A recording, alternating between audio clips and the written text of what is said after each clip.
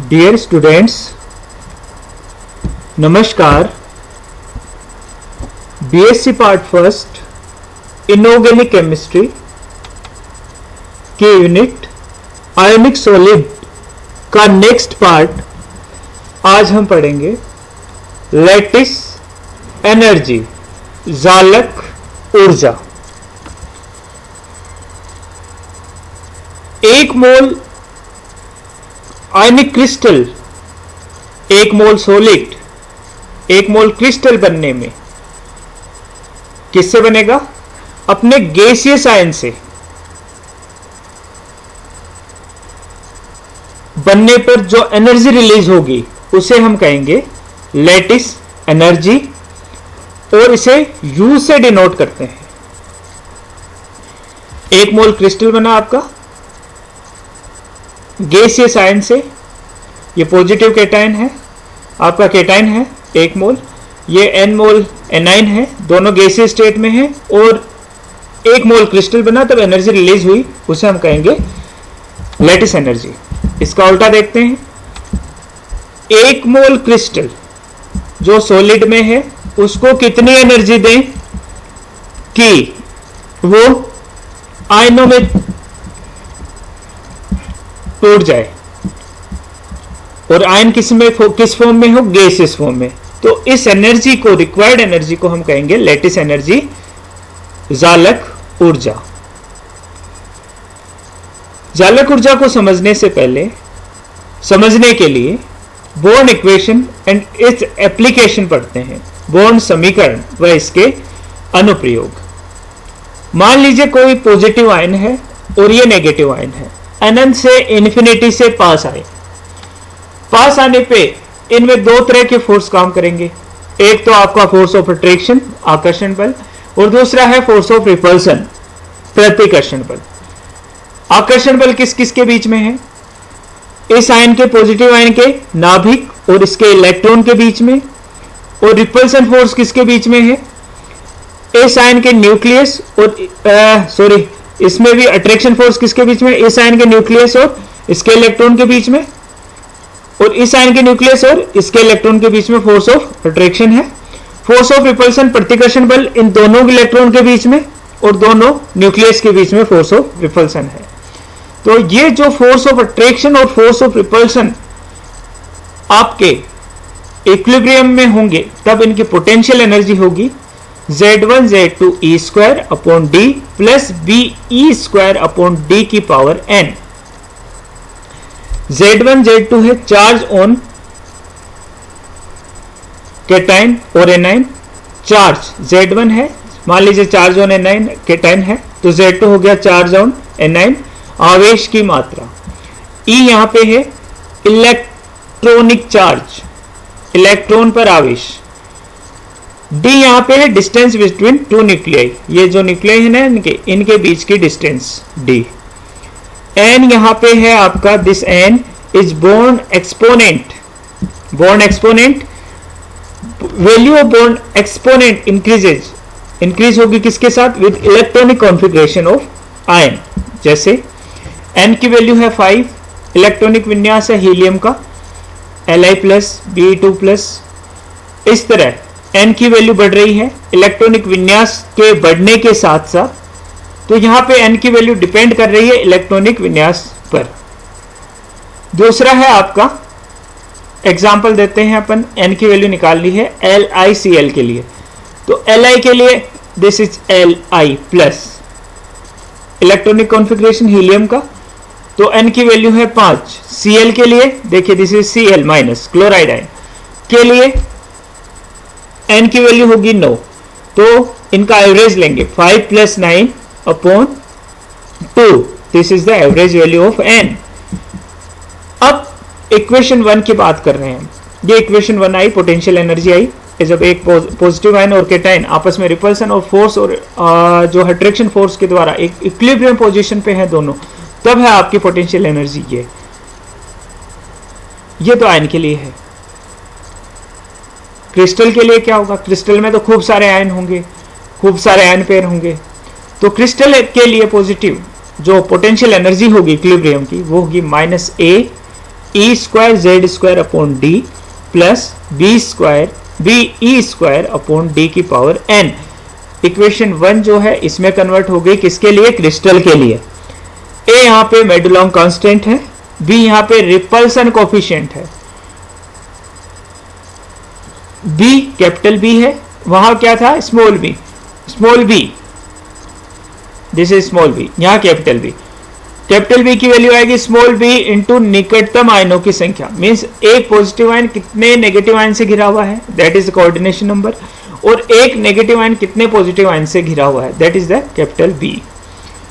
आयनिक Z है, आयनिक आवेश का अधिकतम सामान्य गुणक, मींस कॉमन फैक्टर निकालेंगे। यहां पे Z वैल्यू निकालनी है तो कॉमन फैक्टर, जैसे आपका क्रिस्टल है CaCl, कैल्शियम क्लोराइड का क्रिस्टल है आपके पास, यहां पे CaCl2 आएगा, सॉरी CaCl2, या NaCl का क्रिस्टल है यहां पे, अगर मान लीजिए NaCl है, यहाँ CaCl की जगह CaCl2 आएगा, NaCl है, Na2O है, MgCl2 है, उसके लिए कॉमन फैक्टर आ गया 1, MgO TiO2, इसके लिए कॉमन फैक्टर आ गया 2। अब स्टेबल क्रिस्टल की बात करते हैं। स्टेबल क्रिस्टल में क्या होगा? आपका पॉजिटिव और नेगेटिव आयन इस तरह आपके क्रिस्टल में जमे होंगे कि उनकी पोटेंशियल एनर्जी क्या हो? आपकी पोटेंशियल एनर्जी मिनिमम हो। यहां पे देखिए आपका इस कर्व को देखते हैं, पोटेंशियल एनर्जी वर्सेज आपका डिस्टेंस बिटवीन टू न्यूक्लियाई। तो यहां पे डी नोट पे आपका दोनों इक्विलिब्रियम पोजीशन पे हैं, और ये ग्राफ है, ये इसका ग्राफ है, ये फोर्स ऑफ रिपल्सन का है, ये अट्रैक्शन का है, और यहां पे D0 पे आपका क्या होगा? पोटेंशियल एनर्जी PE0 होगी, यहां पे क्रिस्टल स्टेबल होगा। तो D0 की वैल्यू हमारे पास आई, D0 इक्विलिब्रियम डिस्टेंस है पॉजिटिव और नेगेटिव आयन दोनों न्यूक्लियाई के बीच की, वो है NB upon A Z square की पावर 1 अपॉन n माइनस 1।